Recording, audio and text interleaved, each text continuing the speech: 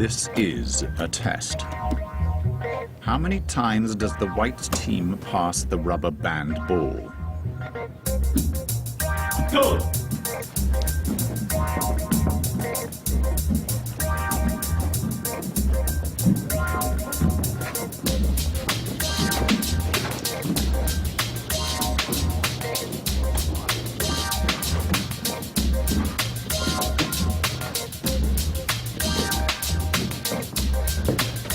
If you answered 13 passes, you are correct. But did you see the black belt gorilla? Go!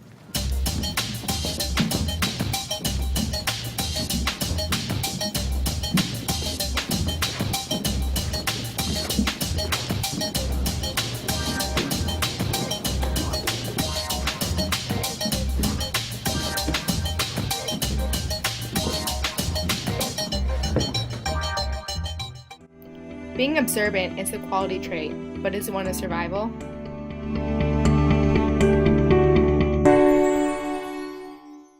What personality traits make someone more likely to survive horrific conditions?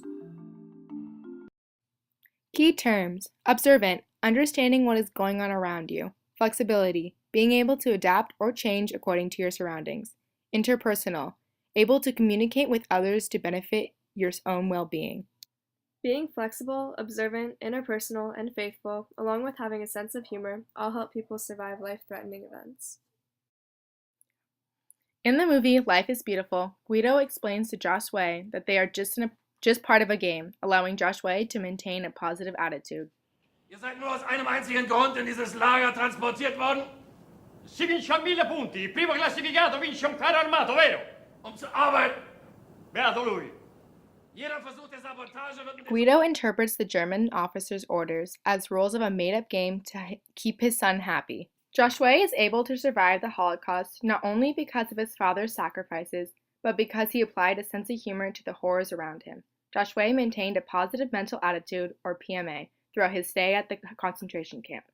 His PMA allowed him to remain hopeful and optimistic about returning home.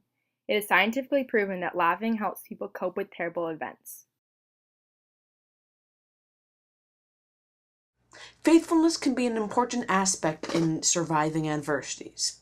Faithfulness can not only include believing in a God, it can also include believing in oneself or believing in other people, like family and friends. My name is John Stockton. A couple years ago, I was paddling off the big island of Hawaii when a nasty storm hit me. Gnarly 20-foot waves and 60-mile-per-hour winds threw me into the shark-infested waters. Finally, the storm was over. I crawled back in my kayak and I paddled 21 hours straight, trying to cover the 20 miles back to the shore. But I passed out. The next thing I knew, I was in the middle of the Pacific Ocean. The current had carried me out. I called 911 and they started a search operation, but they couldn't find me. I just prayed and prayed some more because I trusted God and His power. He would save me. My faith was the only thing that kept me going. After 4 long days of rescue planes flying over me but not being able to see my tiny kayak, they finally found me and I was safe.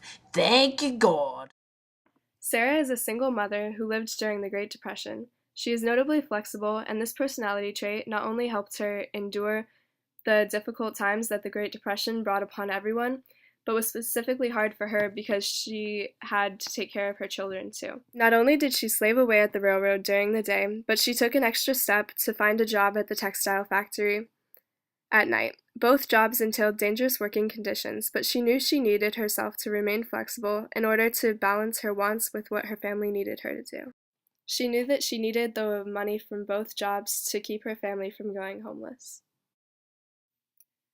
On June 7th, our group got the opportunity to talk to Mr. Joseph Rosenberg about his experience in the Holocaust. Mr. Rosenberg, one of very few who survived such horrific conditions, shared some of his thoughts with us. Well, 1,000 other men started off this journey, but of them only me and about 70 others survived it. Well, when I was in there, and if I got a piece of bread, well, happiness is a piece of bread. If you got a piece of bread, you're happy.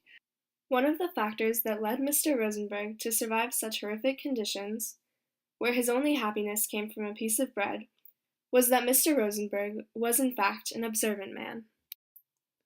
Well, one day I was washing the floors in the German officers' house, and I came across a newspaper, and it said that the air raids was near Hanover, and I knew that the Americans were coming and they was going to liberate us. Mr. Rosenberg's observance led him to find this article, which gave him hope and convinced him to keep at it, at least for a couple more days, ultimately leading to his liberation 8 days later. Joe Rosenberg was very good interpersonally, meaning he could come across positively and communicate well with others, even without words. Well, I worked every day besides a German guard and in the mine, and one day he called me over, and he handed me a piece of bread without saying a word, and he did this every day for about a month. Well, this kind of action and a bit more is what kept me going during those days. Clearly, Rosenberg's relations with other people benefited him, not only in this case mentally, but also physically. That one slice of bread contributed to his survival. In conclusion, one can see that traits like observance, shown in the first video with the gorilla, and here again with Mr. Rosenberg, flexibility like Sarah's, faith like the kayaking man, a sense of humor like Joshua, or again, the great trait of interpersonality displayed by Mr. Rosenberg, all help a person survive horrific conditions, whether that be the Holocaust or being stranded in the middle of the ocean.